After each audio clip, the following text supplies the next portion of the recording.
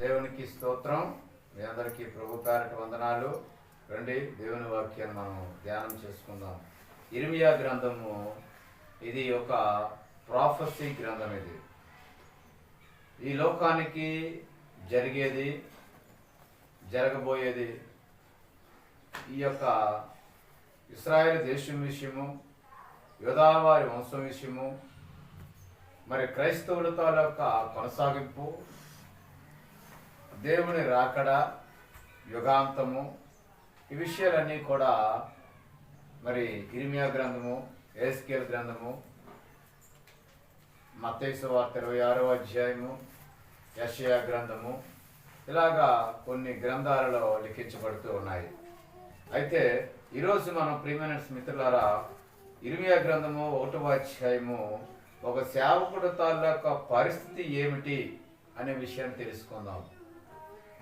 అసలు సేవకుడిని దేవుడు ఎలాగ నిర్మించాడు చూద్దాం. 1వ అధ్యాయము 4వ వాక్యము. యెహోవా వాక్కు నాకు ప్రత్యక్షమై ఇలాగ సెలవిచ్చెను, గర్భములో నేను నిన్ను రూపింపక మునిపే నిన్ను ఎరిగి తిని, నీవు గర్భము నుండి బయలుపడక మునిపే నేను నిన్ను ప్రతిష్ఠించి తిని, జనములకు ప్రవక్తగా నేను నియమించి తిని. ఒక వ్యక్తి దగ్గరకు వచ్చాడు ప్రభు, వచ్చి మాట్లాడుతూ ఉన్నాడు, ఇదిగో గర్భములో నేను నిన్ను రూపింపక మునిపే.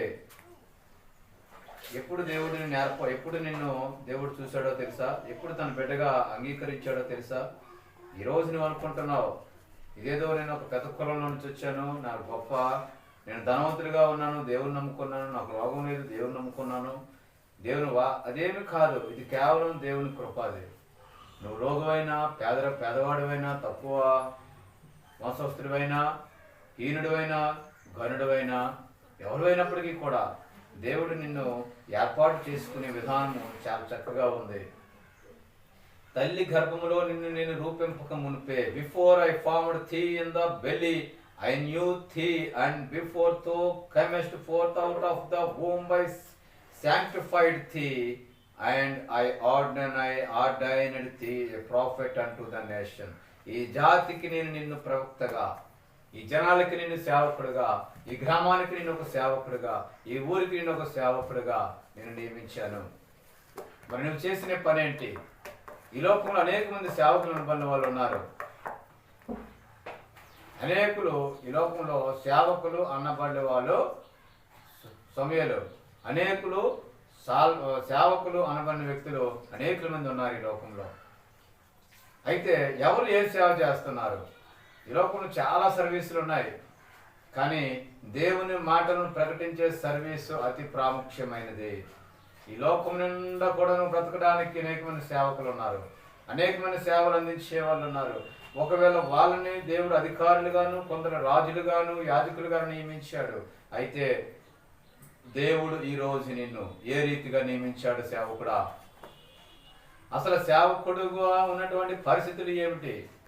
What is the purpose of the God servant on this world in the village nation? అయితే ఏమిటి అసలు? నువ్వేమనుకుంటూ ఉన్నావు? ఇదిగో గర్భంలో సేవకుడా ఇర్మియా, గర్భంలో నేను నిన్ను రూపింపక మునిపే, తల్లి గర్భంలోనే నిన్ను రూపింపక మునిపే నేను ఎరిగి తిని, గర్భము నుండి బయలుపడక మునిపే నేను నిన్ను శాంక్టిఫై చేశాను. yes I sanctified before came forth from the womb of the mother. తల్లి గర్భంలో నుంచి బయటకు రాక మునిపే నేను అభిషేకించాను, శాంక్టిఫై చేశాను, నేను ఆర్డైన్ చేశాను, నేను ప్రతిష్ఠించాను. దేనికి ప్రతిష్ఠించాను అంటే జనములకు ప్రవక్తగా. దేనికి? జనములకు ప్రవక్తగా, ఈ గ్రామానికి సువార్థికుడిగా, ఈ వీధికి సేవకుడిగా, ఈ దేశానికి సువార్థికుడిగా, రాష్ట్రానికి సేవకుడిగా, దేవుని మాటలు ప్రకటించి ప్రజలను సన్మార్గంలో నడిపించే వారిగా నియమించడానికి నేను నియమించాను. అయితే ఇదే మాట మోషేని అడిగితే మోషే అంటున్నాడు కదా, అయ్యా నేను నత్తివాడిని, నేను సేవ చేయలేను, నేను నత్తివాడిని, నేను సేవ చేయలేను. ఇర్మియా అంటున్నాడు, అయ్యో నేను బాలుడినే, నేను సేవ చేయలేను, నేను బాలుడిని, నేను మాట్లాడడానికి నాకు శక్తి చాలదు. ఈరోజు నువ్వు అనుకుంటున్నావు, ప్రియమైన మిత్రుడా, నాకు జ్ఞానం లేదు, చదువు లేదు. ఇదిగో అపోస్తులైనటువంటి పేతురు, యోహానులు, వాళ్ళు విద్య లేని పామరులని ఆ యొక్క సద్దూకైలు, పరిసయ్యులు, ప్రధాన యాజకులు అందరూ కూడా నిర్ణయించారు. వీళ్ళు చదువు లేనటువంటి, వీళ్ళు విద్య లేని పామరులు, చదువు లేని జ్ఞానం లేనటువంటి వాళ్ళు, దే హ్యావ్ నో విజ్డమ్. కానీ ఎలాగ ప్రకటిస్తున్నారంటే వాళ్ళు యేసుతో కూడా ఉండిన వారు, వాళ్ళు యేసుతో కూడా ఉన్నటువంటి వారు. అంటే యేసుతో నువ్వు ఉంటే ఆ జ్ఞానం నీకు. ఈ లోకంలో యేసును కలిగి ఉండటమే జ్ఞానము. ఎందుకంటే దేవుడి జ్ఞానం నీకు కావాలి అనుకుంటే నువ్వు ప్రభు వారిని ఆశ్రయించాలి. అయితే నేను సేవకుడుగా నియమించిన తర్వాత నీ పరిస్థితి ఏంటి? ఎలా పరిచయం చేస్తున్నావు? నువ్వు భయపడుతూ చేస్తున్నావా, దిగులు పడుతూ చేస్తున్నావా?